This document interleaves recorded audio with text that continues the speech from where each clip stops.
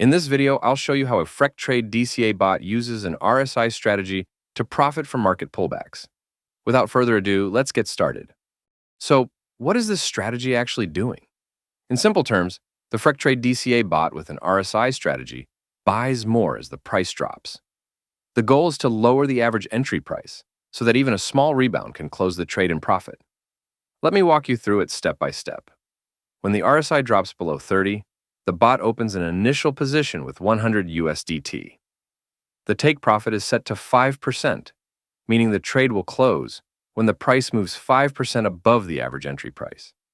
Now, if the price keeps going down, let's say it drops another 2%, the bot adds 200 USDT.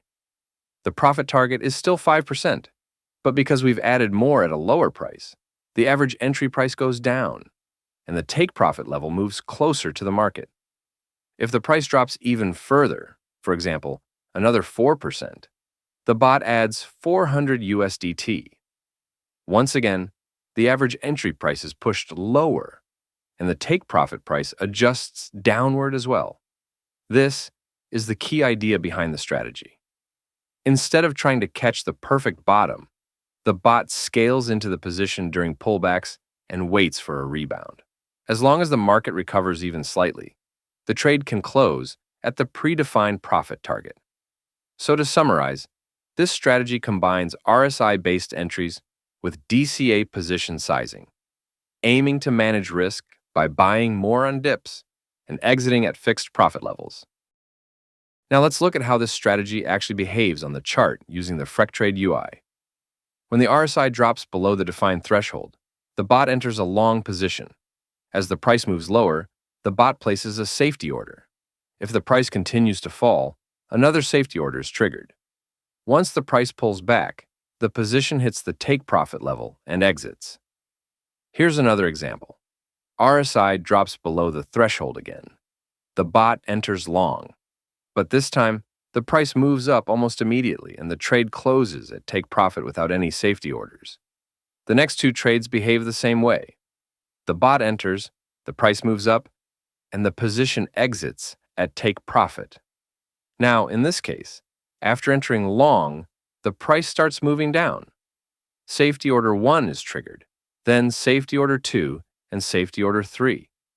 Each time the price drops, the bot adds more to the position.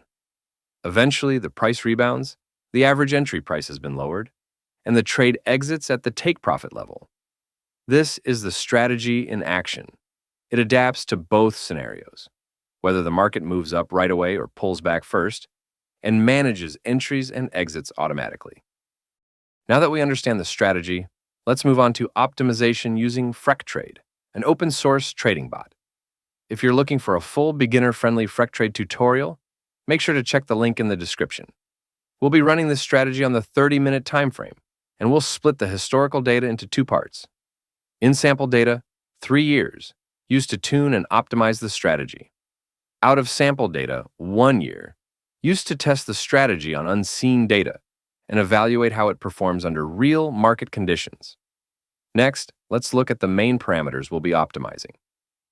Base order size. This defines the exact USDT amount used for the initial entry. Safety order ratio. This determines the size of the first safety order, calculated as a multiple of the base order size. Price deviation initial. This is the percentage price drop required to trigger the first safety order. Maximum safety orders. This sets a hard limit on how many safety orders can be placed within a single trade cycle. Safety order. Volume scale. This is a multiplier that increases the size of each subsequent safety order, allowing the position size to grow as the price moves lower. Safety order. Step scale.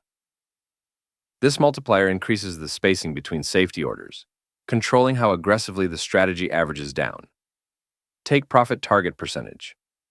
This defines the profit target based on the combined position size across all orders. Now, for the RSI-related parameters, RSI condition. This specifies how the RSI signal is triggered, whether RSI is below a threshold, crossing below it, or crossing above it. RSI period.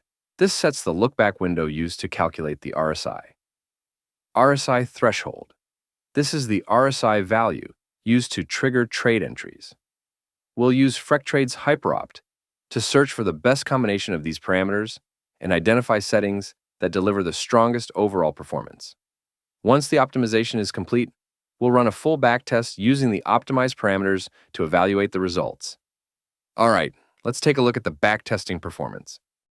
For this analysis, I'm focusing mainly on large market cap cryptocurrencies. Each trading pair was optimized separately. Let's start with SOL/USDT. This backtest uses 1 full year of out-of-sample data only.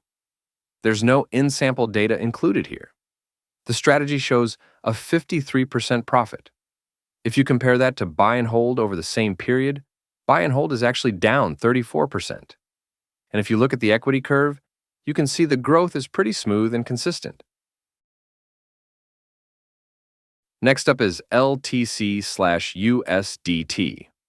Over 1 year of out-of-sample data, the strategy makes 50%, while buy and hold is down 25%. Now, let's look at Doge USDT. Here, the strategy returns 54%, compared to minus 62% for buy and hold. I've also tested this strategy on several other pairs. On this screen, you can see a summary of the returns across different cryptocurrencies. If you want access to the full strategy file, along with a complete step-by-step Freqtrade tutorial, it's available for supporters through the link in the description. If this video was helpful, make sure to subscribe, turn on notifications, and share it with anyone who might find it useful. Thanks for watching, and I'll see you in the next video.